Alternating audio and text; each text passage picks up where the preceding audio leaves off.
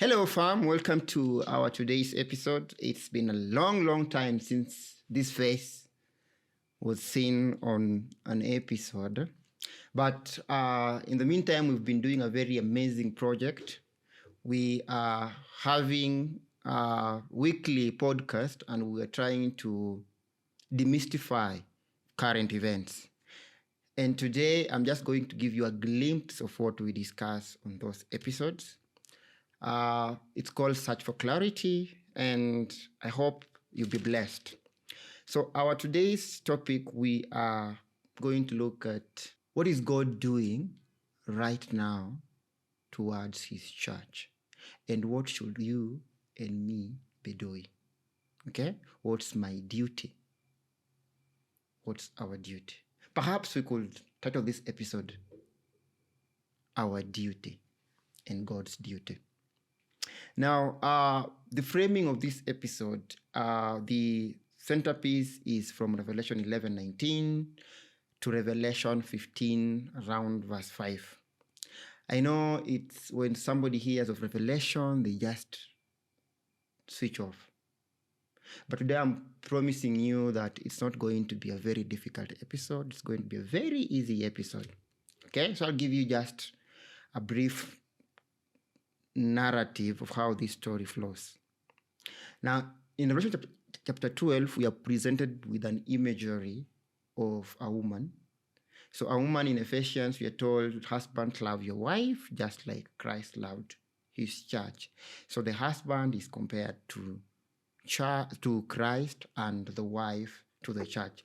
So this woman is a church. So in chapter 12, there's a woman who is about to deliver a baby. And then there is a dragon that enters into the scene. The dragon pursues the woman in order to devour the child that is about to be delivered. But shock on the dragon, the child is taken up to heaven. But that's not what our today's episode is. Our today's episode is to give you a narrative of there's a controversy between the dragon and the woman and remnants of the seed. So the dragon here, there are three wars that the dragon tries to fight. War number one, the dragon tries to fight a war in heaven. We are told that Michael and his angels fought with the dragon and his angels. But good enough, the dragon lost that first battle. The second battle, the dragon tries to pursue the woman. Like I've said, the woman is a church. So have that in mind. So when I say woman, just do a church. And then, so the dragon tries to pursue the woman. And fortunately enough, the dragon does not manage to kill the woman. And so the dragon loses again. So two losses. Now, sorry that the third loss, I just skipped it a bit, but when the woman was about to deliver the child was taken up to heaven. So the dragon lost another loss, third loss. Okay? And so in verse 17, the dragon is very wroth because he has lost so far 3 battles. And he goes on ahead to persecute the remnant of the seed of the woman. Okay? So these are the last day people, the Christians, the last day movement. Okay? Me and you. We're living in the last day. We can all see the wars and rumors of war. We can see pestilences.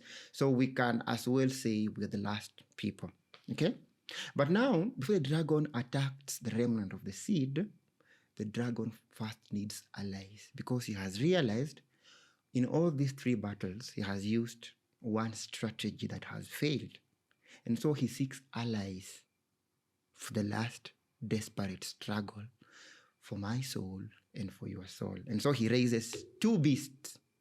I'm not going to talk about those beasts, but if you look at our episodes, Search for Clarity podcast, you'll have a glimpse of what the beast mean. But for now, I will not mention about the beast. So, but just in a nutshell, the beast is a political entities. Okay? So there's a political entity and there's one beast that has both religious and political aspect. So the dragon raises two beasts.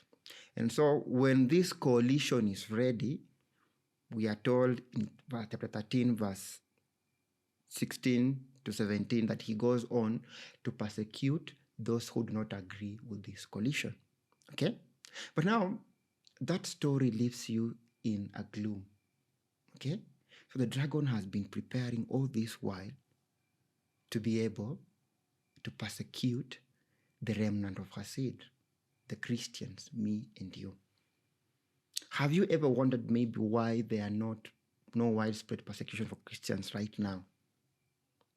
Because the Bible has told us before the dragon attacks the remnant of the woman, it goes on to prepare a strong coalition of the sea beast and of the land beast. Sea beast and land beast, those are political entities.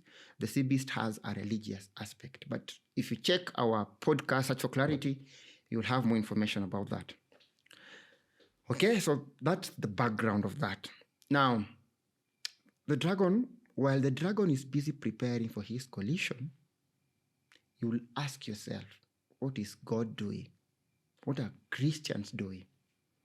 And so in chapter 14, God now gives us his story. God gives us what he's doing. In chapter 14, God tells us that there's a remnant which is on Mount Zion with the Lamb.